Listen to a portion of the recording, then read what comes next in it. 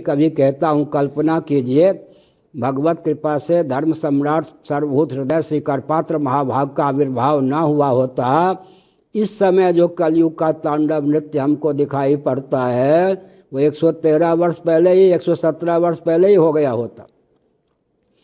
तो कलयुग को इतने वर्ष पहले जो अपना तांडव रूप दिखाना था, इतने वर्षों तक किसने साध के रखा?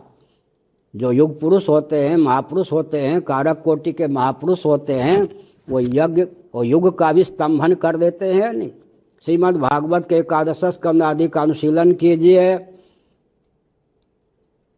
महाभारत युद्ध तो कलि और द्वापर और कलि के संधि में हुआ था, और महाभारत के युद्ध के समय कलयुग का प्रवेश हो गया था। लेकिन जब तक धर्मराज युधिष्ठिर के विद्यमानता थी, निरावरण ब्रह्म श्री कृष्णचंद्र परमानंद कंस सुधासुंद मदन मोहन की विद्यमानता धरती पर थी, तब तक कलयुग स्तंभित रहा। युग को भी स्तंभित कर देने की क्षमता महापुरुषों में है। स्पष्ट ही महाभारत और श्रीमद् भागवत का अनुशीलन कीजिए। महाभारत युद्ध के समय ही कलि का प्रवेश हो गया था, लेकिन महाभारत युद्ध के बाद 36 वर्षों तक धर्मराज युधिष्ठिर बने रहे, भगवान श्री कृष्ण धराधाम पर प्रत्यक्ष विद्यमान रहे। इन दोनों धर्म के अवतार और ब्रह्म के अवतार, ब्रह्म के अवतार श्री कृष्णचंद्र, धर्म के अवतार धर्मराज युधिष्ठिर, इन दोनों की विद्यमानता के कारण कलयुग स्तंभित था।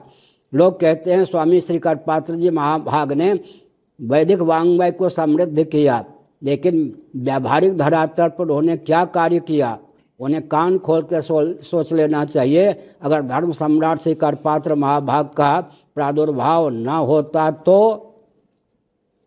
जो इस समय कलयुग का तांडव नृत्य दिखाई पड़ता है वो तो 1907 में ही आ गया होता। इतने समय तक कलयुग को स्तंभित करके शोधित करके उन्होंने रखा, या कोई सामान्य बात नहीं है। तो हमने एक संकेत किया कि पूज्य गुरुदेव का जीवन चरित्र अद्भुत क्षमता